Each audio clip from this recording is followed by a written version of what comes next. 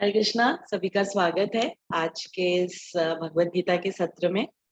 तो हम 13वें अध्याय का अध्ययन कर रहे हैं भगवत गीता में से Bhagavad Gita as it is, Bhagavad Gita यथारूप, प्रकृति, पुरुष तथा चेतना। इसके बारे में हमने लास्ट सत्र में भी डिस्कशन किया था और करीब 5 श्लोकों का अध्ययन हमने किया था पिछली बारी।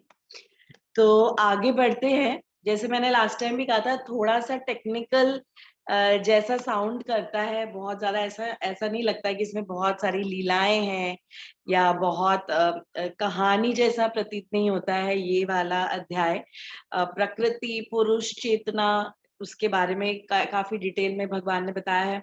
अर्जुन ने 6 प्रश्न पूछे हैं श्री कृष्ण से और इस अध्याय में भगवान ज्यादा ज्ञान दे रहे हैं, टेक्निकल डेफिनेशंस और ज्ञान दे रहे हैं जो हमारी भक्ति में हमें आगे बढ़ने में और सहायक हो, ताकि हम चीजों को समझ सके, तत्व को समझ सके और आगे बढ़ सके। तो शुरू करते हैं आज का सत्र। छोटा सा रिकैप करेंगे पिछले 4-5 श्लोकों का और आगे के श्लोक पढ़ेंगे। ओम नमो भगवते वासुदेवाय। ओम नमो भगवते वासुदेवाय। ओम नमो भगवते वासुदेवाय।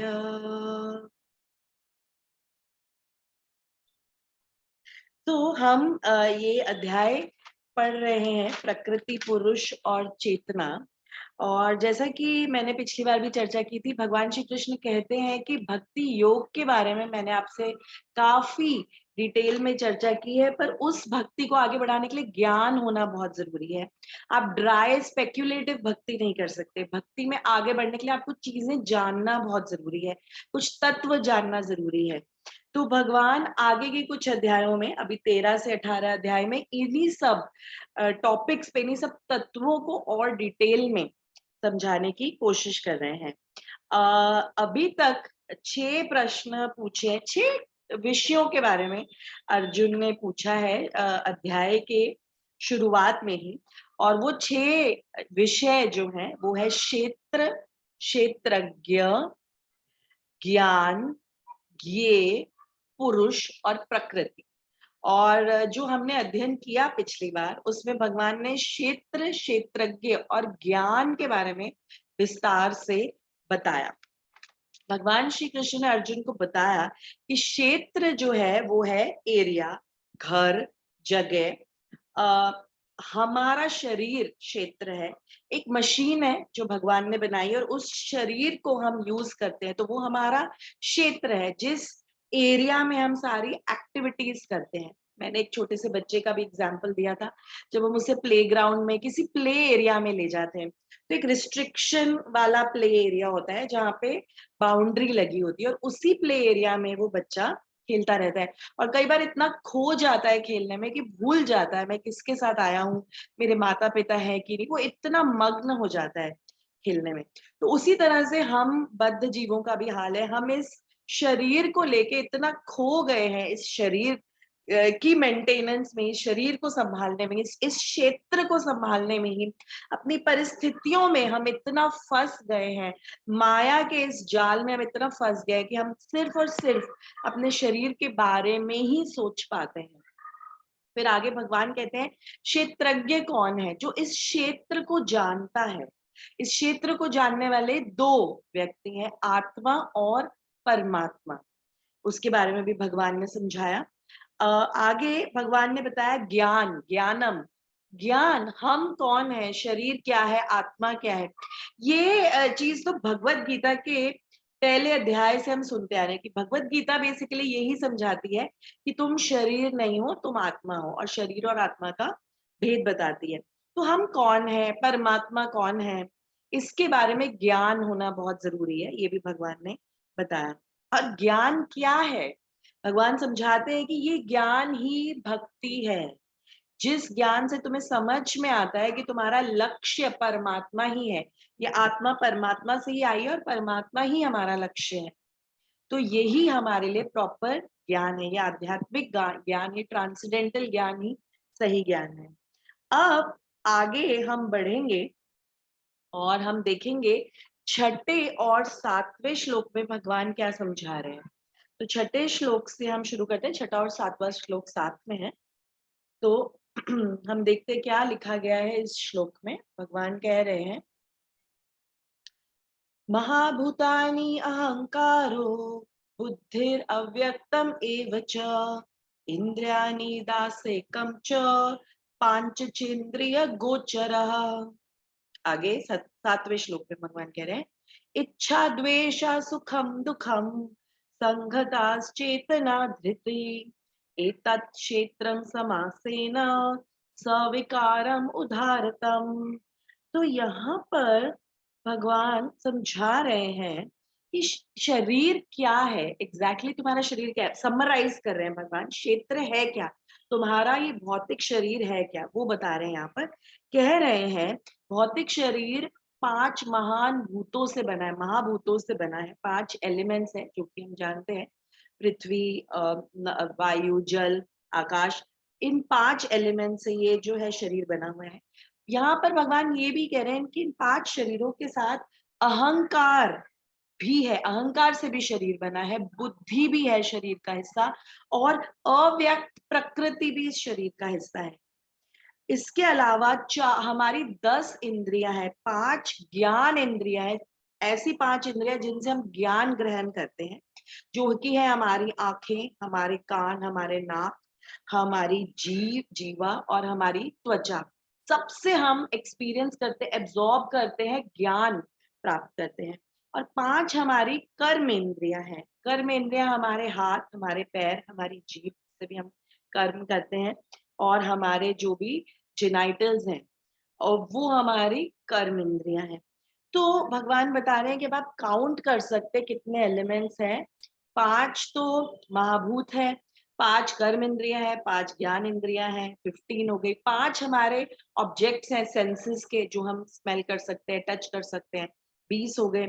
उसके अलावा अहंकार, बुद्धि, प्रकृति, आत्मा, हमारी जो कॉन्शियसनेस है वो है। भगवान कह रहे हैं इन सब एलिमेंट्स को लेकर आपका शरीर बनता है। यहाँ पे श्रील प्रभुपाद समझाते हैं कि ये जो सारे अ, जितने भी ये हमारी इंद्रियां है ना, ज्ञान इंद्रियां ले लीजिए या कर्म इंद्रियां ले लीजिए, इन सब से ना गंदगी निकलती है। आप देख सकते हैं, हमको कान साफ करने पड़ते हैं, आंखें साफ करनी पड़ती हैं, नाक साफ करना पड़ता है, अपनी जीवा साफ करनी पड़ती है, हाथ पैर साफ करने पड़ते हैं, गंदे हो जाते हैं। इन सब से गंदगी निकलती रहती है। जो पूरा शरीर है ना, भौतिक शरीर, ये एक बैग की तरह है, एक बैग की तरह है, और इसके अंदर मल मूत्र सब सब गंदी चीजें इकट्ठी होती रहती हैं। और ये श्रीमद् भागवतम में भी समझाया गया है कि समझो तुम्हारा शरीर क्या है। जब तुम्हें समझ आएगा कि एक ऐसा बैग है जिसमें सब इकट्ठा होता है और तुम्हें उसको निकाल निकाल के फेंकना पड़ता है और सफाई करनी पड़ती है, तब तुम्हारी कुछ आसक्ति इस शरीर से कम होगी। इसमें एक एक पुराणों में कथा भी आती है जिसमें एक बहुत सुंदर स्त्री होती है और एक राजा होते हैं, बहुत पराक्रमी राजा होते हैं। उस स्त्री को मिलते हैं एक जंगल में और उससे कहते हैं कि मैं तुमसे बहुत प्रेम करता हूँ, तुम बहुत सुंदर हो, मैं तुमसे शादी करना चाहता हूँ। वो स्त्री स्त्री जो होती है वो भी एक एक साध्वी होती है। उसका कोई इंटरेस्ट नहीं होता है शादी में, वो भगवान को ही पाना चाहती, भगवान की भक्ति करना चाहती। तो वो कहती है, तुम तो मुझे जानते भी नहीं हो, तुमने पहली बार तो मुझे देखा है, तुम किस तरह से कह सकते हो कि तुम्हें मुझसे प्रेम है। तो राजा कहते हैं, नहीं नहीं, मुझे तुमसे प्रेम है, मुझे तुमसे शादी करनी है। तो वो कहती है कि ठीक है, ऐसा करो, 1 महीने बाद मुझे मिलने आना और फिर बताना कि तुम तब भी मुझसे शादी करना चाहते हो क्या, 1 महीने के बाद। तो वो राजा कहते हैं, हाँ ठीक है, तो कोई बात नहीं, मैं 1 महीने इंतजार कर सकता हूँ तुमसे विवाह करने के लिए, तो मैं 1 महीने बाद तुम्हें मिलता हूँ। 1 महीने बाद जब वो राजा उसी जगह पर वापस आता है, तो वहां पे एक बहुत ही पतली, बहुत ही कमजोर और एक बहुत ही बूढ़ी औरत, जिसकी पूरी त्वचा एकदम सिकुड़ गई है, एकदम ड्राई हो गई है, बहुत ही पतली सी, बाल झड़ गए हैं, ऐसी औरत वहां बैठी होती है। तो वो आके उस औरत से पूछता है कि कहाँ है, मुझे यहाँ पे एक बहुत सुंदर स्त्री मिली थी, कहाँ है वो, मुझे उनसे मिलना है, क्योंकि एक महीने पहले मैं उनसे मिला था और अभी मुझे उनसे विवाह करना है। तो वो स्त्री कहती है कि किसे ढूंढ रहे हैं आप? देखिए 1 महीने पहले ही मैं यहाँ पे मिला था, बहुत सुंदर लड़की थी, इस तरह के कपड़े पहने हुए थे, ऐसे घने बाल थे, इतनी मोटी चोटी थी, बहुत सुंदर नैन नक्श थे।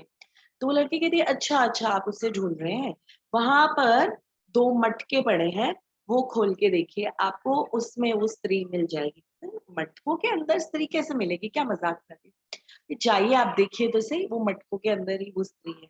जाकर वो राजा वो मटके की जो कवर है वो उतारते हैं और मटके के अंदर देखते हैं, बहुत ही गंदी बदबू आ रही होती है, उनसे बिल्कुल टॉलरेट नहीं होता है, बहुत ही गंदी बदबू होती है, और उसके अंदर देखते हैं तो वो पूरी जो दोनों मटके हैं पूरी वॉमिटिंग और मल मूत्र से भरी होती है, बहुत ही गंदी बदबू आ रही होती है। तो आके कहते हैं, तुम क्या बोल रही हो, तुम्हें कुछ समझ भी आता है, ये थोड़ी वो स्त्री है जिसको मैं ढूंढ रहा हूँ। तो वो कहती है कि मैं ही हूँ वो स्त्री, तो तुम तो वो बिल्कुल हो ही नहीं सकती। मैं जिससे मिला था वो बहुत सुंदर थी, बहुत आकर्षक थी, बहुत जवान थी, उसकी स्किन तो एकदम टाइट थी, बहुत सुंदर काले गहरे बाल थे, घने बाल थे। तो वो कहती है मैं ही हूँ। पिछले 1 महीने से जितना मैंने कुछ इस तरह से जड़ी-बूटियाँ ली हैं जिससे मेरा सारा शरीर की जितनी भी अंदर से मैंने इतनी बार वॉमिटिंग की है, इतनी बार मैंने मेरे शरीर के अंदर जो भी था उसे बाहर निकाल दिया है। और जिस शरीर से तुम्हें प्रेम हुआ था, ये वो शरीर है, इससे तुम्हें प्रेम हुआ। तो वो जो राजा है वो बहुत हैरान हो जाते हैं कि ये क्या लॉजिक है, क्या बात कर रही है। बोलते हैं कि हाँ, ये शरीर जो है ये एक बैग ही तो है, इसके अंदर यही सब तो है अंदर। और ये जो सामने ऊपर से जो आपको दिख रहा है, 1 महीने में देखिए मेरा ये हाल हो गया। क्या आप मुझसे शादी करना चाहेंगे? तो बोलता है बिल्कुल नहीं, मुझे तो तुमसे बिल्कुल विवाह नहीं करना है। सो बेसिकली ये कथा से और इस श्लोक से भी हमें भगवान यही समझाना चाह रहे हैं कि ये शरीर इन सब एलिमेंट से बना हुआ है। हमारा कोई इस शरीर में कंट्रीब्यूशन नहीं है। जो भी शरीर हमें भगवान ने दिया है, जो भी लुक्स, जो भी अपीयरेंस है, वो हमें भगवान का दिया हुआ है। और सभी शरीरों में सेम इंग्रेडिएंट्स हैं, बिल्कुल। सभी शरीरों के अंदर कफ, पित्त, वायु और सभी तरीके की गंदी बदबू मारने वाली सड़ी हुई चीजें हैं जो इस शरीर से निकलती रहती हैं। तो हमें यही समझना है ताकि हम अपनी इस आसक्ति को कम करें और शरीर को अपना मानने वाले, ये मेरा शरीर है, सुंदर शरीर है, मैं इस शरीर का इस तरह से ध्यान रखूंगी, इस तरह से इस शरीर को फिट रखूंगी, इतना इस शरीर के ऊपर टाइम दूंगी, इतना इस शरीर को ही ध्यान में रखती रहूंगी, इसी को अपना गोल बना के इसी से आसक्त रहूंगी। ऐसे करने वाले लोग बिल्कुल ही मूड कहे गए हैं, बिल्कुल ही बेवकूफ कहे गए हैं, क्योंकि वो जानते नहीं है, उनको ये ज्ञान ही नहीं है कि किस चीज पे उन्हें फोकस करना है, शरीर पे उन्हें फोकस नहीं करना है। अब ये जो ज्ञान है, ये कैसे मिलेगा? ये कैसे समझ आएगा? क्योंकि हमें तो बचपन से यही सिखाया जाता है, हेल्दी रहो, फिट रहो, अपने शरीर का ध्यान रखो, इस तरह से उपटन लगाओ, इस तरह से क्रीम्स लगाओ, इस तरह से बालों का ध्यान रखो, इस तरह से अपने शरीर को अट्रैक्टिव बना के, सुंदर बना के रखो। अभी कुछ सालों में तो बूढ़े हो जाओगे, फिर तो कोई तुम्हें देखेगा भी नहीं। अभी तो मेंटेन कर लो। और ये चीज हम पता नहीं कितने साल तक सोचते रहते हैं। 15 साल का इंसान भी यही सोचता है अपने शरीर को फिट रखूं, 60 साल में भी हम यही सोचते हैं, 50 साल में भी हम यही सोचते हैं, अभी भी हम जवान है, अभी भी हम अपने शरीर को मेंटेन कर सकते हैं। और 60 साल तक हम यही सोचते रहते हैं, आगे भी शायद हम यही सोचते रहते हैं। तो भगवान की कृपा के बिना, भगवान की भक्तों की कृपा के बिना, भगवान के भक्तों के संग के बिना, भगवान के भक्तों से के मुख से सुनने बिना हमें ये कॉन्सेप्ट, ये टॉपिक, ये सही में समझ में नहीं आता है। हम सुनते हैं इसे बहुत बारी, पर हम इस आसक्ति को कम नहीं कर पाते। तो यहाँ पर हमारे आचार्य बताते हैं कि इस आसक्ति को कम करने के लिए, समझने के लिए कि हम ये शरीर नहीं है, हमें आत्मा की प्रोग्रेस पे फोकस करना है। हमारे लिए भगवान का नाम लेना बहुत जरूरी है, हमें जप करना बहुत जरूरी है। जप तो इस युग का धर्म है, हरि नाम संकीर्तन इस युग का धर्म है। इस युग में, इस कलयुग में हमें भगवान का नाम ही लेना है। भगवान अपना नाम सुनकर ही प्रसन्न होते हैं और हमसे अट्रैक्ट होते हैं। भगवान का नाम इतना पवित्र, इतना शुद्ध है कि हमारे सारे कर्मों को काट देता है। तो ये चैंटिंग, ये जपना, भगवान का नाम जपना हमारे लिए बहुत बहुत बहुत जरूरी है। अब इसी शरीर के अंदर ये जो सब इंद्रियों के थ्रू जो हम सब गंदगी अंदर कलेक्ट करते हैं, इसके अलावा हमारे पास मन, बुद्धि और अहंकार भी है, जो इच्छाओं से बना हुआ है। हमारी मन, हमारी बुद्धि, हमारा अहंकार सिर्फ इच्छाओं से, भावनाओं से, डिजायर्स से बना हुआ है। क्रोध, द्वेष, सुख, दुख, इन्हीं चीजों से ये बना हुआ है। तभी जब हम एक देह से दूसरी देह में, एक देह को छोड़ते हैं और दूसरी देह को ग्रहण करते हैं, तो हमारी आत्मा जो है एक शरीर से दूसरे शरीर में जाती है, एक बॉडी को छोड़ देती है और दूसरी बॉडी में जाती है।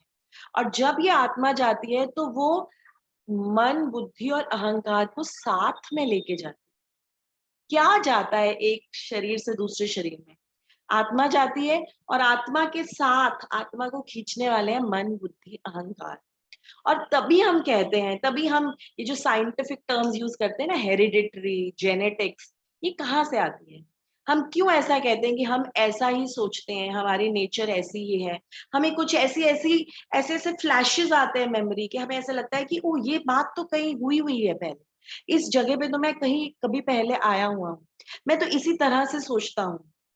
कैसे? क्योंकि हमारा जो मन, बुद्धि, अहंकार है, उसपे जो लाइंस बनी हुई थी, हमारे पिछले जन्मों की हैबिट्स की, हमारी आदतों की, हमारे टैलेंट्स की, हमारे स्किल की, हमारी मेमोरीज की, हमारे एक्सपीरियंसेस, वो सब हमारी आत्मा के साथ दूसरे शरीर में ट्रांसफर हो जाता है। ये सभी भावनाएं, कैसे बोलते हैं कि ये तो बचपन से ही गुस्सैल है। कहाँ से सीखा? ये ये वो साइंटिफिक कॉन्सेप्ट है, नेचर वर्सेस नर्चर वाला। कुछ चीजें तो आप अपनी अपब्रिंगिंग से, आपको जिस तरह से बड़ा किया जाता है, जिस तरह से सिखाया जाता है, जिस तरीके का ज्ञान दिया जाता है, एजुकेशन दी जाती है, वो आप सीखते हैं। पर कुछ चीजें तो आप लेके ही पैदा होते हैं, क्योंकि वो मन, बुद्धि, अहंकार जो एक शरीर से दूसरे शरीर में उस आत्मा को लाया, वो पिछले कई जन्मों के बहुत सारे एक्सपीरियंसेस हैं, बहुत सारी मेमोरीज हैं जो आपके इस शरीर में आपके साथ आई हैं। फिर यहाँ पर भगवान चेतना, कॉन्शियसनेस और धृति की भी बात करते हैं, धैर्य की भी बात करते हैं। कहते हैं कि इन सब चीजों को जान लो, इन सबको जानकर अपनी आसक्ति कम करो। जब तक तुम्हें ज्ञान नहीं होगा, तुम अपने इस शरीर से ही प्रेम करते रहोगे। हमारा जो मन है वो सभी इच्छाओं से बना हुआ है, द्वेष, दुख, सुख। तो दुख कौन चाहता है? क्या हम में से कोई भी दुख चाहता है? पर हमें दुख होता है। और ये दुख कौन कौन महसूस कर रहा है? ये दुख, ये सुख, ये द्वेष, ये क्रोध, ये कौन महसूस कर रहा है? क्या आत्मा ये सब महसूस कर रही है? नहीं, हमारा मन ये महसूस कर रहा है। हमारा मन ये महसूस कर रहा है, हमारी मिथ्या अहंकार हमारे मन को ये सब महसूस करा रही है। इसीलिए जानना बहुत जरूरी है। हमें अपनी आत्मा और मन को अलग अलग देखना बहुत जरूरी है। हमारी आत्मा हमारा मन नहीं है। हम कितनी बार कहते हैं, मन कर रहा है ये करने का, मन कर रहा है ये खाने का, मन कर रहा है वहां जाने का, मन कर रहा है अपनी माँ से जाकर मिलने का। ये मन कह रहा है, आत्मा नहीं कह रही। अब समझिए, मन आपकी आत्मा से अलग है। मन में बहुत सारे पिछले एक्सपीरियंसेस, पिछले बैगेजेस हैं, पिछले बहुत सारे सैकड़ों जन्मों के, जिसकी वजह से ये आत्मा उसमें जकड़ी हुई है। आत्मा का आश्रय तो सिर्फ और सिर्फ परमात्मा है, पर आत्मा आश्रय ले नहीं पा रही परमात्मा का। सैकड़ों सैकड़ों जन्मों से यही कहानी चलती आ रही है। ये भगवान इतना बड़ा सच यहाँ पे क्लियरली समझा रहे हैं। अपने मन को आत्मा से अलग देखो, अपने मन को वश में करो, और आत्मा क्या चाहती है और आत्मा की भूख क्या है, आत्मा क्या करना चाहती है, वो समझो। आत्मा तो परमात्मा से मिलना चाहती है, आत्मा परमात्मा का आश्रय चाहती है। पर हम मन की बातें इतना सुनते हैं कि हम आत्मा की भूख को भूल जाते हैं, हम आत्मा की नीड्स को भूल जाते हैं। ये भगवान यहाँ पे क्लियरली समझा रहे हैं। एक बार एक व्यक्ति ने शीला प्रभुपाद से पूछा कि श्रील प्रभुपाद, आप कहते हैं जप करो, जप करो, ब्रह्म मुहूर्त में जप करो, चैंट करो, भगवान का नाम लो, कैसे करूं? मन ही नहीं लगता, मन करना ही नहीं चाहता। जैसे ही बीट बैग में हाथ जाता है, नींद आ जाती है। मन करना ही नहीं चाहता है। जैसे ही बीट बैग में हाथ जाता है, भगवान का नाम लेना शुरू करता हूँ, मन चारों तरफ घूमता है, मन चारों तरफ दौड़ता है, मन भागता है, एक थॉट से दूसरे थॉट, दूसरे से तीसरे थॉट पे भागता है। वैसे कभी इतने थॉट्स नहीं आते, जैसे ही चैंटिंग करने बैठता हूँ इतने सारे थॉट्स आते हैं। तो कैसे जप करूं, क्या करूं, कोई तो तरीका बताइए। तो शिला प्रभुपाद कहते हैं मन क्या है कौन, तुम्हारा मन है क्या, तुम्हें पता भी है क्या है मन? मन कुछ नहीं है, मन को इग्नोर करो, मन कुछ है ही नहीं। तुम्हारी आत्मा भगवान का नाम लेना चाहती है, अपनी आत्मा से भगवान का नाम लो, मन के बारे में सोचो ही मत। इतना इतना रिडंडेंट है हमारा मन। पर आप सोचिए, हमने मन को सबसे ऊपर स्थान दिया हुआ है। जो मेरा मन कहेगा मैं वही करूंगी, जो मेरा मन करेगा मैं तो वही करना चाहती हूँ। मन कहेगा सब छोड़ दो, सो जाओ, मैं सो जाऊंगी। मन कहेगा सब भूल जाओ, टीवी देखो, मैं टीवी देखूंगी। मन कहेगा सब भूल जाओ, बाहर घूमने जाओ, मैं वही करूंगी। हमने मन को इतनी इंपॉर्टेंस दे दी है, जबकि शिला प्रभुपाद कहते हैं मन कुछ होता ही नहीं है। तुम्हारी आत्मा भगवान से मिलन चाहती है, जप करो और मन को साइड करो। और जब तक मन को अपने वश में नहीं करोगे, मन तुम पर हावी होने की कोशिश करेगा। हम मन नहीं है, इससे आसक्ति मत बनाओ। हम मन नहीं है, हम आत्मा है। ये सुख दुख क्रोध द्वेष ये सब मन को होता है, उससे दूर करो अपने आप को। और मन को बोलो बंद करो ये सब करना। कोई दुख सुख में पड़ने की जरूरत नहीं है, कोई ज्यादा सुखी होने की भी जरूरत नहीं है, कोई ज्यादा दुखी होने की जरूरत नहीं है। इस धरती पर क्या करने आए हो? इस बॉडी में, इस केज में ट्रैप्ड है हमारी आत्मा, बंद है इस बैग में। क्या करना चाहती है? परमात्मा से मिलना चाहती है, उस गोल पे ध्यान दो, इस मन को छोड़ो, ऐसा कहते हैं। पर हम कन्विंस्ड ही नहीं है, हम तो ये मान ही नहीं पाते कि हम मन नहीं है। हम मन हमारा ही हिस्सा है, हम जो चाहते हैं वही मन चाहता है। नहीं, हम मन नहीं है।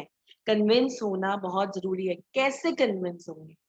जब इस ज्ञान को ग्रहण करेंगे, श्रवण करेंगे, सुनेंगे, जप करेंगे, जप की प्रैक्टिस करेंगे, भक्तों के संग में रहेंगे, बार बार इस बारे में चर्चा करेंगे, तभी अपने आप को कन्विंस कर पाएंगे कि हम मन नहीं है।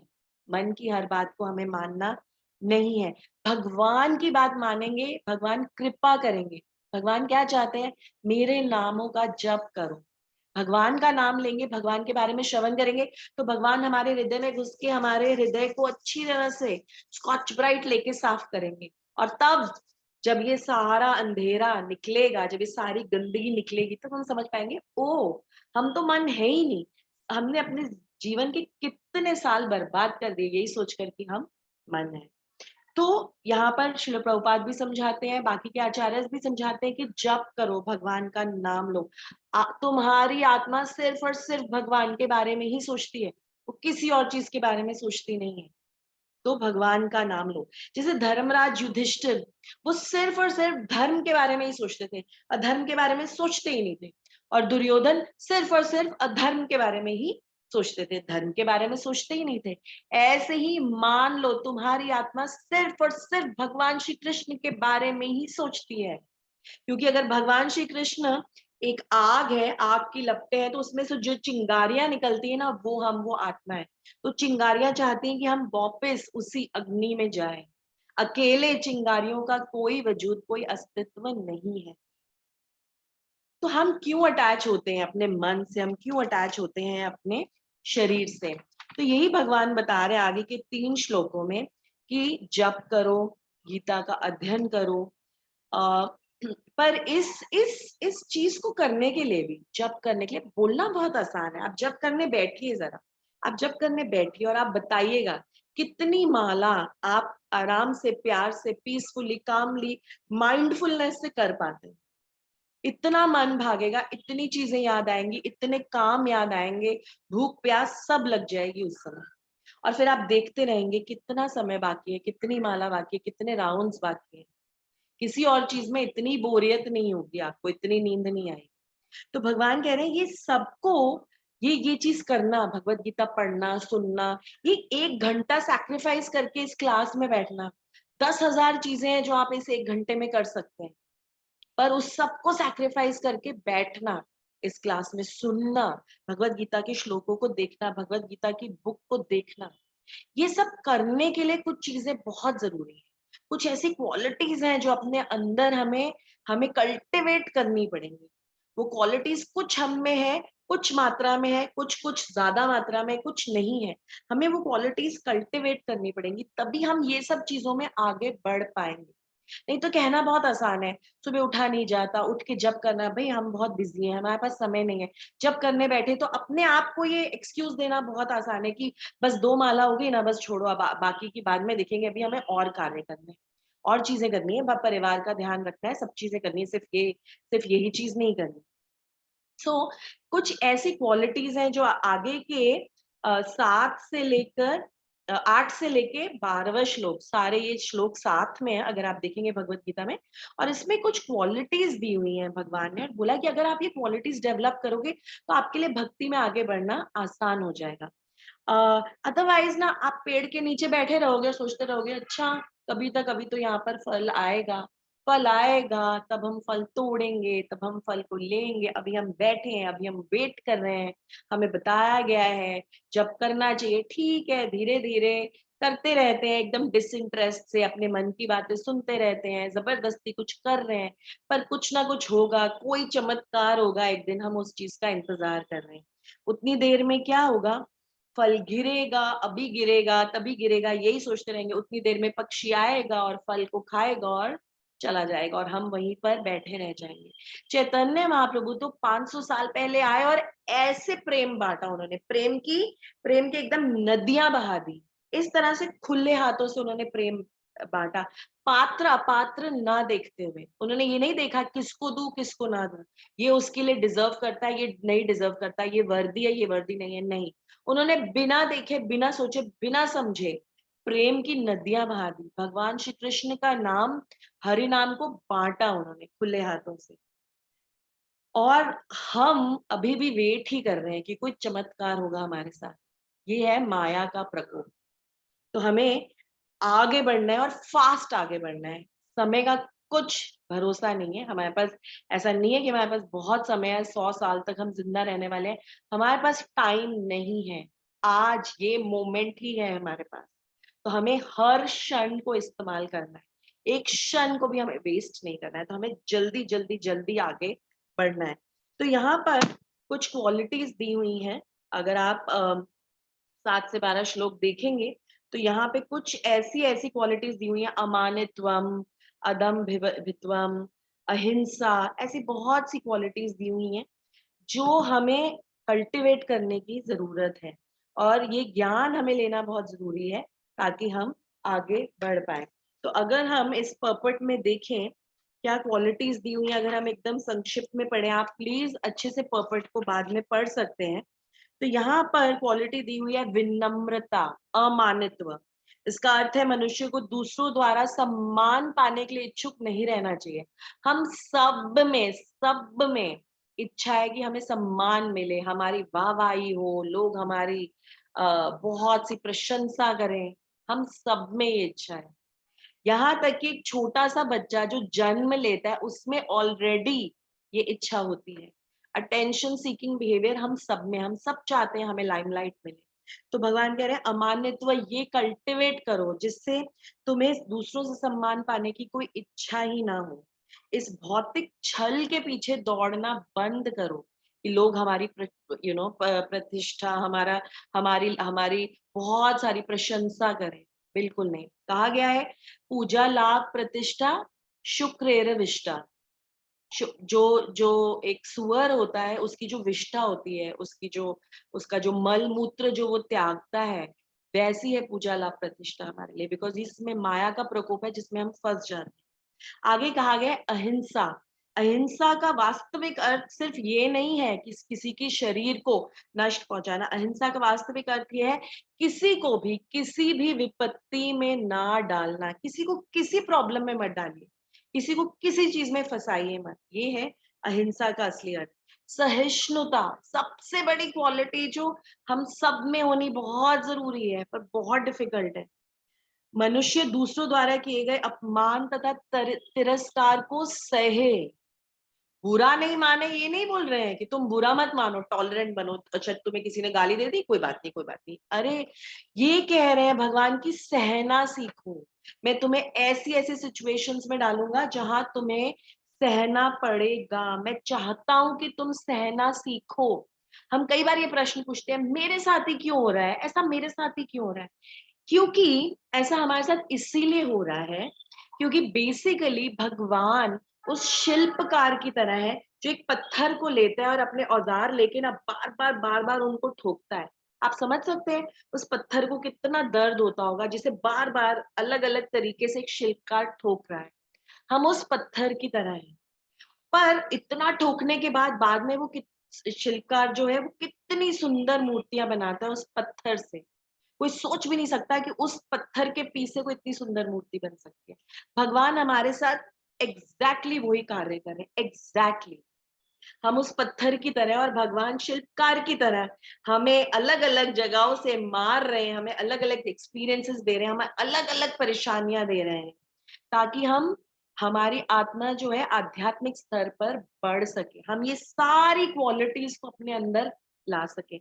इसीलिए भगवान ये कह रहे हैं। तो अगली बार आपको जब भी ये कभी प्रश्न हो ना, मेरे साथ ही क्यों हो रहा है ये, मेरे को ये दुख क्यों मिल रहा है, तो आप समझिए भगवान की नजर है आप पे। वो आपको इम्प्रूव कर रहे हैं, वो आपको अपनी भक्ति की राह पे ला रहे हैं। आप तो सबसे ज्यादा लकी इंसान है। आप तो चोजन है भगवान से, भगवान ने आपको चूज किया है। भगवान शिल्पकार बनकर आपको सुंदर मूर्ति में तराश रहे हैं। याद रखिए इस बात। तो ये सिखा रहे हैं भगवान हमें, सहना सीखो, सहो सहो सहो। पर आजकल का नारा क्या है, मैं क्यों सहूं, मैं थोड़ी यहाँ पे सहने के लिए आई हूँ सबकी नॉनसेंस। मैं सहने के लिए ही आई हूँ, मैंने बहुत नॉनसेंस किया है, मेरा बहुत नॉनसेंस भगवान ने सहा है। तो अब इट इज हाई टाइम कि मैं सबका नॉनसेंस सहकर अपने कर्मों को काटूं और मैं भगवान की प्रिय बनूं। तो हमें कोई भी अगर परेशान करता है किसी भी तरीके से, मानसिक तरीके से, शारीरिक तरीके से, अपनी बातों से, मनसा वाचा कर्मणा, अपने फिजिकल तरीके से, कर्मों से, मन से और अपनी बातों से, हमें उसको, उस इंसान को, उस परिस्थिति को एक इंस्ट्रूमेंट समझना है भगवान का। उसके पीछे नहीं पड़ जाना है, ये इंसान बेकार है, यही मेरे पीछे पड़े रहता है, पता नहीं इसको मेरे से ही क्या प्रॉब्लम है। आप समझिए वो एक इंस्ट्रूमेंट है, भगवान ने ही उसे भेजा है और भगवान उसी के थ्रू ये सब ऐसे कार्य करवा रहे हैं जिससे आप एक सुंदर मूर्ति में तब्दील हो सके, आपका प्रोग्रेस हो सके, आध्यात्मिक प्रोग्रेस हो सके। तो सहिष्णुता तो बहुत बहुत बहुत हमें अपने अंदर लानी है, सहना सीखना है। जो सहता है वो ही आगे जाकर बहुत कुछ पाता है। ये इस श्लोक में बहुत सुंदर तरीके से बताया गया है, बहुत लंबा पर्पट है। प्लीज इसको ध्यान से सुनिएगा और अंडरलाइन कीजिए। मैंने भी बहुत सारी लाइंस अंडरलाइन की हुई हैं क्योंकि बहुत इंपॉर्टेंट चीजें हैं ये चीजें। हमें कोई बताता है ना, हम उसको बिल्कुल नहीं सुनते, क्या नॉनसेंस है। मुझे तो मेरी मम्मी ने बचपन से सिखाया है, कोई मारे ना तो दो और मार के आना, सहने की जरूरत नहीं है। यही सिखाया और यही आज के बच्चों को हम सिखाते हैं। भगवान बिल्कुल उल्टी चीज कह रहे हैं। श्री कृष्ण अपने शब्दों में कह रहे हैं सहिष्णुता, तिरस्कार सहो, समझो। और फिर आगे कह रहे हैं सरलता, अर्थ है कि बिना किसी भी कूटी नाती के मनुष्य इतना सरल हो कि अपने शत्रु तक के वास्तविक सत्य का उद्घाटन कर सके। सरलता, एकदम सिंपल, ट्रांसपेरेंट, बिल्कुल कनिंगनेस नहीं, बिल्कुल कोई कुटिलता नहीं, सरल रहो, एकदम सरल रहो। दृढ़ता, आध्यात्मिक जीवन में उन्नति करने के लिए मनुष्य दृढ़ संकल्प और डिटर्मिनेशन बहुत जरूरी है। माया के बहुत से प्रलोभन आएंगे, बहुत, पर हमें डिटर्मिन्ड रहना है। बहुत ऐसा ही होता है ना कई बार, जैसे आज मैं कुछ काम कर रही थी स्कूल में और डेडलाइन थी और मुझे 5 मिनट में कुछ सबमिट करना था। और जब मैं वो कर रही थी तो उसी टाइम प्रिंटर खराब हो गया, प्रिंटर चल ही नहीं रहा। मैं प्रिंट निकालूं कैसे, मुझे कहीं पे कुछ सबमिट करना है, प्रिंट ही नहीं चल रहा। तो ऐसी चीजें हमारी लाइफ में बहुत होंगी, बहुत बारी रोक टोक आएगी, बहुत बारी ऐसी प्रॉब्लम्स आएगी, पर हमें दृढ़ रहना है। हमारा गोल क्या है, हमें दृढ़ रहना है, हमें हारना नहीं है, हमें पीछे रास्ता नहीं लेना है। और फिर कहा गया है कि आध्यात्मिक उन्नति के पथ पर जो भी बाधक हो उसे स्वीकार मत करो। जो भी तुम्हारी आध्यात्मिक उन्नति को बाउंड कर रहा है या उसे तुम्हें पीछे ले जा रहा है, मत स्वीकार करो, दूर रहो उस चीज से। नहीं, ये मेरी आध्यात्मिक उन्नति के लिए, ये दोस्त मेरे लिए ठीक नहीं है। तो मुझे इनके साथ नहीं रहना, ये लोग ठीक है मेरे लिए, मुझे इनके साथ रहना है। ये बहुत सारा समय इंटरनेट पे बिताना मेरे लिए सही नहीं है, तो मैं नहीं करूंगी। मैं कुछ ना कुछ ऐसा करूं जिससे मैं उस सिचुएशन से बाहर रहूं। मिथ्या अहंकार, मिथ्या अहंकार, एक्चुअली ये जो अहंकार है, मन बुद्धि अहंकार, ये मिथ्या अहंकार ही है।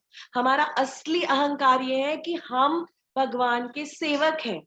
जिस दिन हम ये समझ जाएंगे, हम असली अहंकार में आ जाएंगे। पर अभी हम मिथ्या अहंकार में जी रहे हैं, जिसे हम सोचते हैं कि इस शरीर को ही हम आत्मा मानते हैं, यही शरीर है हमारा सब कुछ, इसी को एकदम प्रोटेक्ट करके, एकदम सेफ सिक्योर, इसी इसी के ऊपर एकदम पूरे टाइम ध्यान लगाते रहो।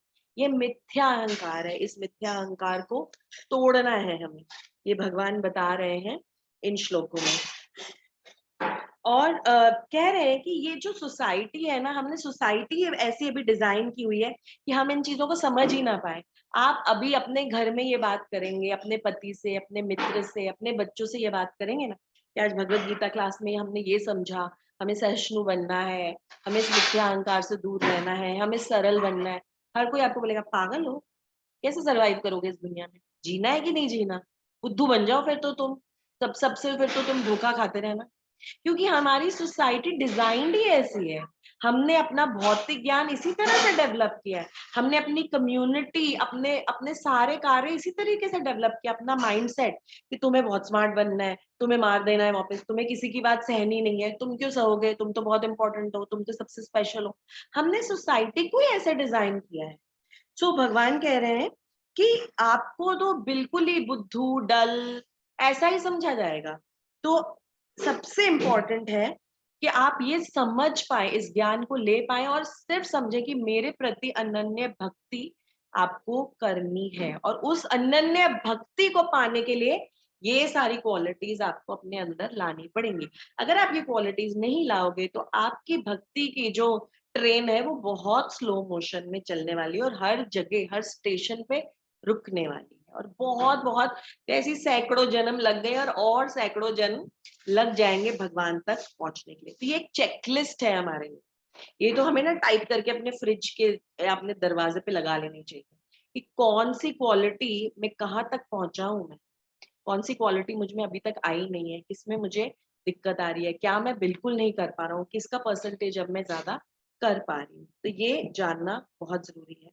आगे 13वें श्लोक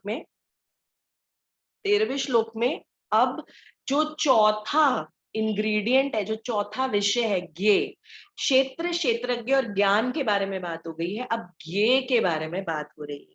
तो यहाँ पर कहा गया है, भगवान कह रहे हैं कि अब मैं क्या समझाऊंगा तुम्हें। भगवान कह रहे हैं ज्ञेयं यत् तत् प्रविक्ष्यामि यज्ञान वरतम अश्नुते अनादि मत परम ब्रह्मा न सत्तन्नाशद उच्यते। तो भगवान कह रहे हैं अब मैं तुम्हें ज्ञेय के बारे में बताने वाला हूँ। 13वें श्लोक में भगवान ये समझा रहे हैं, अब मैं तुम्हें ज्ञेय के विषय में बतलाऊंगा जिसे जानकर तुम ब्रह्मा का आस्वादन कर पाओगे। ये ब्रह्म या आत्मा जो अनादि है, जो और मेरे अधीन है, इस भौतिक जगत के कार्य कारण से परे स्थित है। सुनने में बहुत कॉम्प्लिकेटेड लग रहा है, कौन से वर्ड्स हैं, ये ब्रह्मा, कार्य, कारण, क्या बोलने की कोशिश कर रहे हैं भगवान। तो सिंपली पुट भगवान ये कहना चाह रहे हैं कि ये क्या है, ये है क्या, ये वो है जिस टॉपिक्स को हमें जानना चाहिए। हमें जानना क्या एग्जैक्टली इस दुनिया में हम आए, हम क्या जानने के लिए आए। भगवान कह रहे हैं समझ लो, क्षेत्र समझ गए, क्षेत्रज्ञ समझ गए, ज्ञान समझ गए। अब क्या ज्ञान जानना है तुम्हें, किस चीज का ज्ञान लेना है वो समझ लो। तो वो जानने योग्य जो टॉपिक्स हैं वो भगवान बता रहे हैं कि दो ही हैं, तुम खुद स्वयं आत्मा और परमात्मा। तुम्हारा भगवान से क्या संबंध है, क्या प्रेम का संबंध है, ये जानना बहुत जरूरी है। ये जब तुम जानोगे, ये टॉपिक्स के बारे में जानोगे, तो तुम्हें अपने आप अमृत का आस्वादन होगा। ऐसा लगेगा हम अमृत चख रहे हैं, असली सुख, असली आनंद की प्राप्ति होगी। क्योंकि वही तो तुम्हें जाना है, वही तो तुम्हें जाकर अल्टीमेटली वही उस भगवान से ही मिलना है। तो तुम अगर समझ जाओगे, तुम्हें एक्चुअली जानना क्या है, तो तुम्हें तब अमृत की आस्वादन होगा। एक्चुअली अल्टीमेटली हमारे आचार्य समझाते हैं कि इस संसार में ना हर सुख में दुख छुपा हुआ है। ये बात मैंने पहले भी कही थी।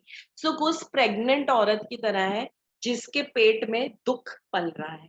तो जब भी सुख आता है, हमें समझ जाना चाहिए कि सुख की योनि में दुख भी साथ में है। ये जो शरीर है, ये जो दुनिया है, ये इसी तरह से बनी हुई है। ये भौतिक जगत इसी तरह से बना हुआ है।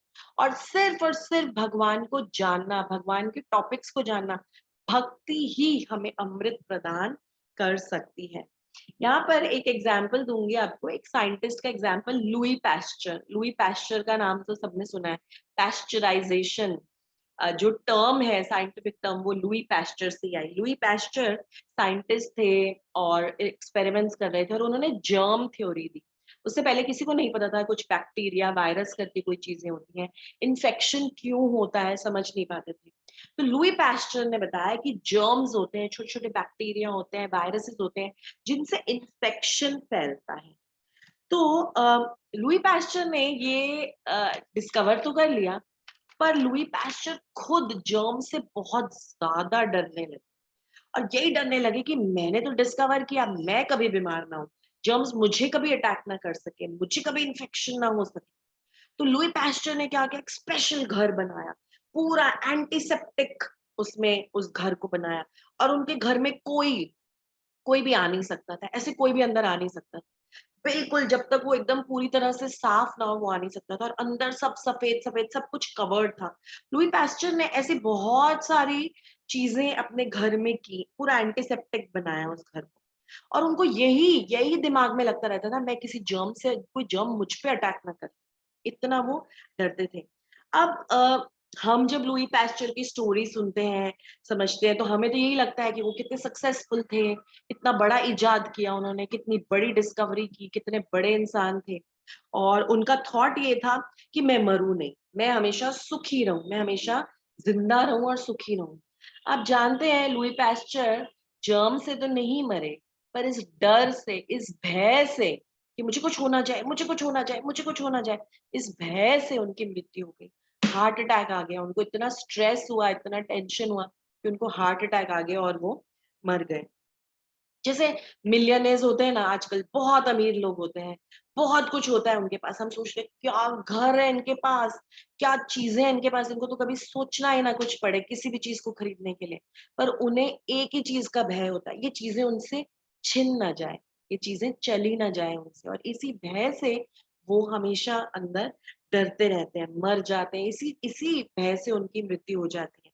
सो आत्मा को जो आनंद है ना, वो इन मटेरियलिस्टिक चीजों से नहीं मिलने वाला। आज आपसे शेयर करना चाहूंगी। आज मैंने एक क्लास में 12-13 साल के बच्चों से ये प्रश्न पूछा कि अगर तुम्हारे घर में आग लग गई है और तुम्हें 3 चीजें ले जानी है, तो तुम अपने घर से क्या लेके बाहर भागोगे? आग लग गई है, अब पता नहीं क्या होगा घर का, तुम्हें 3 चीजें लेके भागनी है। 90% बच्चों ने कहा इलेक्ट्रॉनिक्स, आईपैड, प्ले स्टेशन। यहां तक कि 13 साल के बच्चों ने कहा हम अपना टीवी लेकर जाएंगे। 35 बच्चों में से 3 बच्चों ने कहा हम भगवान की अपनी मूर्ति को लेके जाएंगे, अपनी बुक्स लेके जाएंगे, पैसे लेके जाएंगे। एक बच्चे ने, 35 बच्चों में से एक बच्चे ने कहा मैं अपने माँ बाप को लेके जाऊंगा सबसे पहले, और सब उसके ऊपर हंसने लग गए। सब बोलने लगे चीजें बोली है, माँ बाप तो अपने आप चले ही जाएंगे, वो तो बचा ही लेंगे अपने आप को, तुम क्यों इतना चिंता करो, तुम अपना प्ले स्टेशन लो, तुम अपने पैसे लो, तुम अपना मोबाइल लो, वो जल जाएगा तो तुम करोगे क्या? सोचिए आप। वो टीवी, मैंने कहा आपका, आपके घर में जो टीवी है वो कितने इंचेस का है? आप पूछना चाहेंगे, समझना चाहेंगे क्या बोला उन्होंने? जवाब दिया 70 इंच का टीवी है। उस टीवी को तुम उठाओगे कैसे? वो टीवी स्क्रूड होता है वॉल से, उसको कैसे निकालोगे तुम? ये पूरा टॉपिक ही इस पे था कि हम समझ पाए कि बच्चों में वैल्यूज क्या है। बच्चे सिर्फ और सिर्फ मटेरियलिस्टिक चीजों को चाहते हैं। तो यही यहाँ पे बताया जा रहा है कि हम भी उस जाल में फंसे हुए हैं। हमें ये समझना है हम शरीर नहीं है, हम आत्मा है। आत्मा को आनंद भगवान को जानकर ही मिलेगा। आप कुछ भी कर लो लाइफ। भगवान कहते हैं भक्त अमृत खाते हैं। ऐसा नहीं है कि वो खाना नहीं खाते, वो सारा खाना भी खाते हैं, पर वो खाने के लिए जीते नहीं है। वो उस अमृत के लिए जीते जो उन्हें भगवान के प्रेम से मिलता है। हमारे बीच में ऐसे भक्त हैं, हमारी क्लास में अभी भी कुछ ऐसे भक्त अटेंड कर रहे हैं क्लास, जिन्होंने पूरा चतुर्मास का व्रत रखा। क्या उनको टेम्पटेशंस नहीं आई? कितनी पार्टीज, कितनी शादियां, कितने गेट टुगेदर्स, कितनी जगह पे उन्हें इनवाइट किया गया, पर उन्होंने वो व्रत रखा। हमारे बीच में ऐसे भक्त हैं जिन्होंने भीष्म पंचक का व्रत रखा 5 दिन का, जिसमें सिर्फ और सिर्फ फल खाना। कितनी टेम्पटेशंस आए, कितने लोगों ने क्या क्या नहीं ऑफर किया, पर नहीं लिया। तो भक्त उस अमृत को खाते हैं, खाने के लिए ही सिर्फ जीते नहीं है। उन्हें पता है कि ये सब तो मिल जाएगा, इस ये सब तो मिलता ही रहेगा, आज नहीं तो कल। आज मैं पानी पूरी नहीं खा पाई तो क्या हुआ, 2 दिन बाद मिल ही जाएगी कहीं ना कहीं से। पर भक्त उस अमृत को छोड़ते नहीं है। खाना खाना एक सिर्फ एक कार्य है उनके लिए, it's just a habit for them. ठीक है, करना है, करना पड़ेगा, खाएंगे, खा लेंगे इस शरीर को संभालने के लिए। तो भगवान यहाँ समझा रहे हैं, क्या जानना है तुम्हें, क्या क्या जानना है, समझ लो। तुम्हें पता ही नहीं होगा जानना क्या है, तो तुम तो अलग गलत राह पर ही भटकोगे। तो कृष्ण कह रहे हैं यहाँ पर कि आत्मा जो है ना, वो हमारी अनादि काल से है। आत्मा तो कभी पैदा नहीं होती, आत्मा कभी मरती नहीं है, अनादि काल से है। पर ना अनादि काल से तुम इस आत्मा को मारते जा रहे हो। हाँ पता है, भगवत गीता में ही हमने पहले पढ़ा था कि आत्मा को कोई जला नहीं सकता, आत्मा को कोई गीला नहीं कर सकता, आत्मा को कोई काट नहीं सकता, आत्मा को कोई सुखा नहीं सकता। पर हम उस आत्मा को मार रहे हैं हर जन्म। कैसे? उस आत्मा को परमात्मा से ना मिलवा कर। हमेशा मन बुद्धि अहंकार जो उस आत्मा को खींच रहा है बार बार, हमेशा उस मन बुद्धि अहंकार में इच्छाएं हैं, भौतिक इच्छाएं। हम उस आत्मा को पनपने ही नहीं दे रहे, उस आत्मा को परमात्मा से मिलने ही नहीं दे रहे। तो हमारी आत्मा बार बार सुख दुख को चखती जा रही है, चखती जा रही है। और दुख भी अल्टीमेटली, सुख भी अल्टीमेटली दुख ही है, उसी को चखती जा रही है। तो अनादि काल से हम उसे दुख दे रहे हैं, तो भी हमें अक्ल नहीं आ रही है। हम उन 13 साल के बच्चों की तरह ही तो हैं, जो आज भी सोच रहे हैं कि आग लगने पर मुझे सबसे पहले टीवी और प्ले स्टेशन लेना है, चाहे मैं बाहर फिर सड़क पे रहूं, मेरे कपड़े जल जाए, मेरा शरीर जल जाए, सब कुछ जल जाए, पर प्ले स्टेशन और टीवी होना चाहिए। हम उन बच्चों से अलग नहीं है, हम भी यही सोचते हैं। आप सोचिए, अगर आपको अगर आपको 1 साल तक एक काल कोठरी में बंद रखा जाए और आपको मार मार के समझाया जाए, तुम शरीर नहीं हो तुम आत्मा हो, तुम शरीर नहीं हो तुम आत्मा हो, तो शायद हम 1 साल बाद थक हार के बोले हाँ हाँ हम शरीर नहीं है, हम आत्मा है।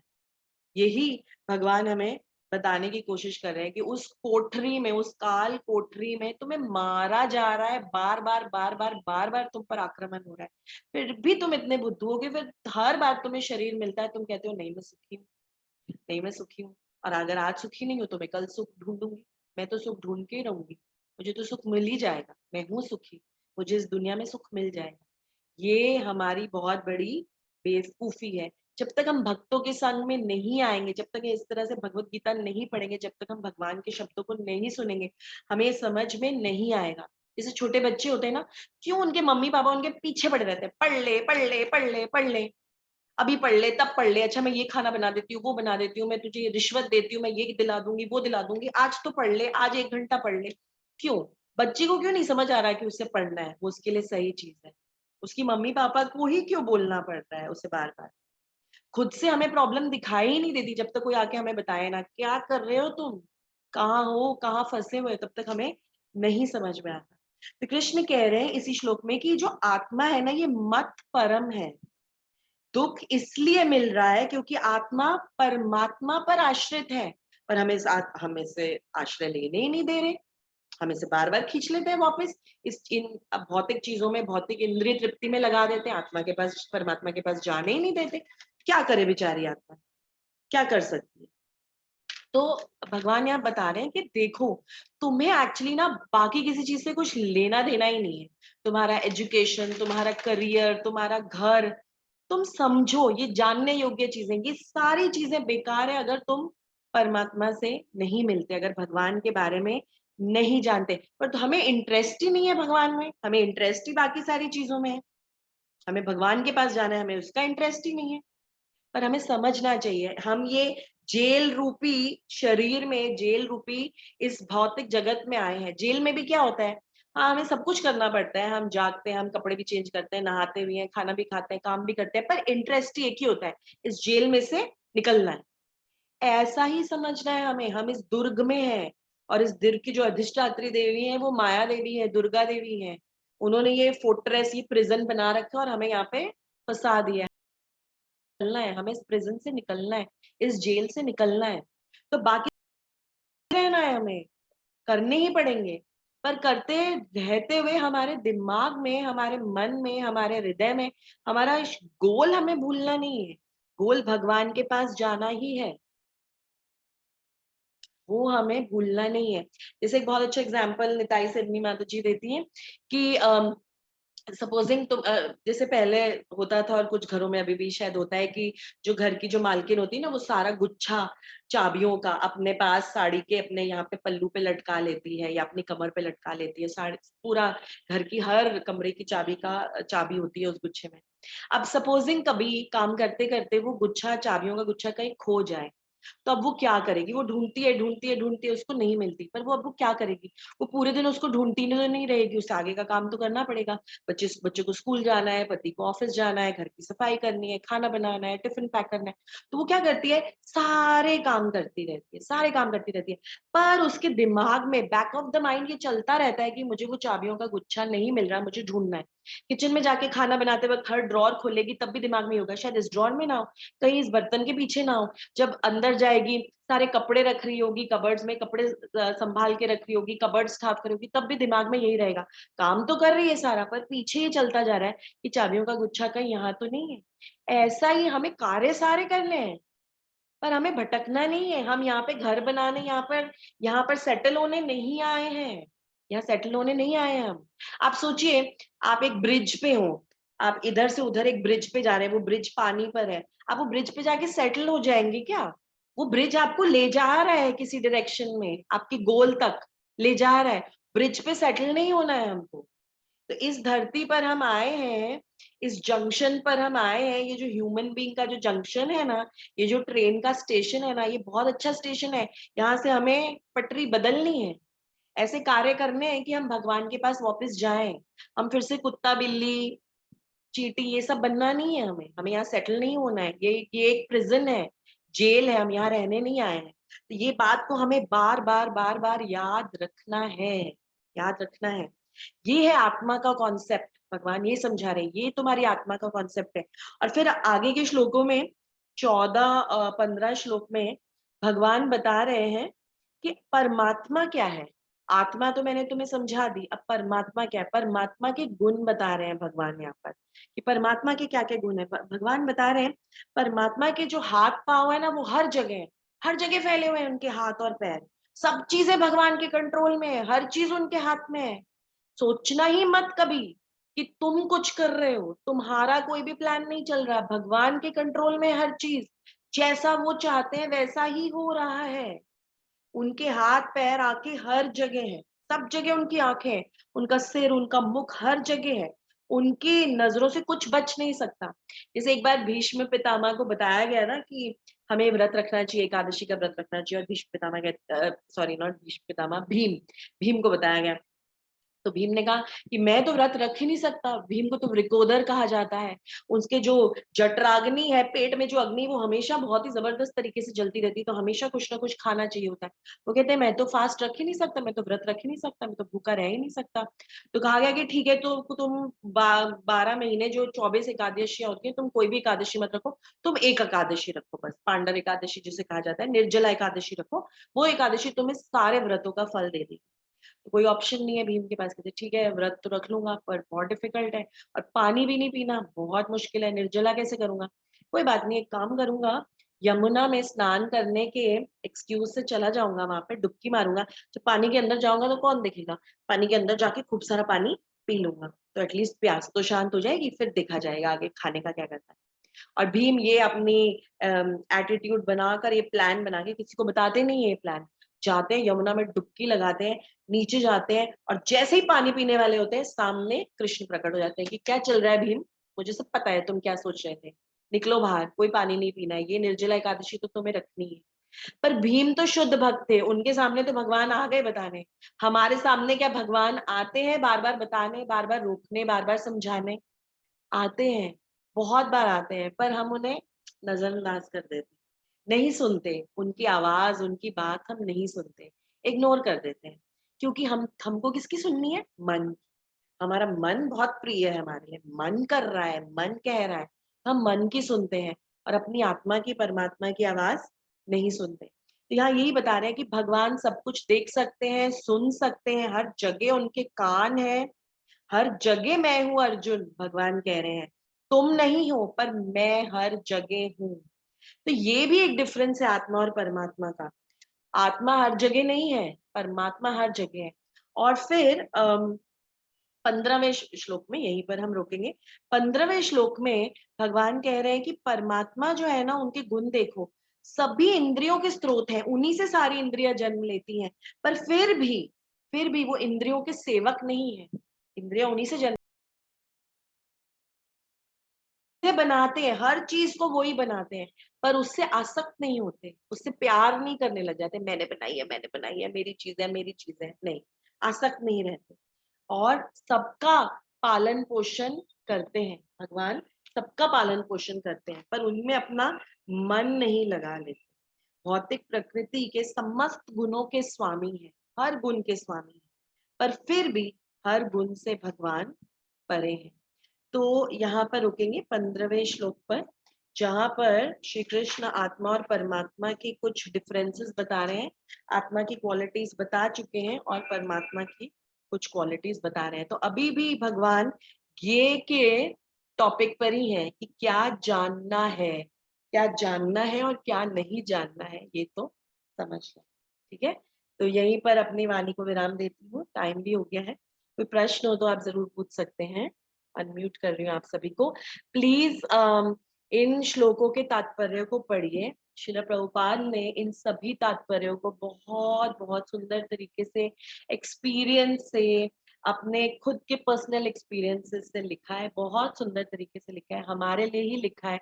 इतना सफर किया श्रील प्रभुपाद ने, इतना सफर किया, अपनी पूरी लाइफ सैक्रिफाइस कर दी, अपने परिवार को सैक्रिफाइस कर दिया। 70 साल की उम्र में प्रीच करने के लिए यूएस जैसी कंट्री में गए, जहाँ हिप्पीज थे, कोई उनकी बात नहीं सुनता था। आप जानते हैं, शिला प्रभुपाद को कई बारी उनके पास कुछ खाने के लिए नहीं होता था। एक बार ऐसी सिचुएशन हुई, उनको दवाई लेनी थी और दवाई से पहले उनके पास कुछ खाने के लिए नहीं था। और उन्होंने कोई किसी को देखा, एक हिप्पी को, जो एप्पल खा रहा था, उसका झूठा एप्पल था। शिला प्रभुपाद ने उससे वो एप्पल मांगा, वो झूठा एप्पल उस हिप्पी का, उस एप्पल के 2 बाइट्स लिए और उसके बाद उन्होंने दवाई ली। ऐसी ऐसी कठिनाइयों से गुजरे हैं शिला प्रभुपाद, सिर्फ और सिर्फ हमें ये ज्ञान देने के। तो ज्ञान खुद चल के आ रहा है हमारे पास। भगवान यही समझाना चाह रहे हैं, इस माया के प्रकोप से निकलो, उस छोटे बच्चे की तरह मत बनो जिसे बार बार बताया जा रहा है, पढ़ लो पढ़ लो पढ़ लो, कुछ कर लो, कुछ बन जाओ। अब हमें ये चीजें समझ आनी चाहिए और हमें पढ़ना चाहिए। तो प्लीज इन तात्पर्यों को पढ़िए, बहुत सुंदर तात्पर्य है और बहुत बहुत रियल आध्यात्मिक ज्ञान हमें मिलेगा, जिससे हम आगे भक्ति में बढ़ पाएंगे। हरे कृष्ण। Thank you. कोई प्रश्न, कोई कमेंट्स, कुछ भी है तो आप बता सकते हैं।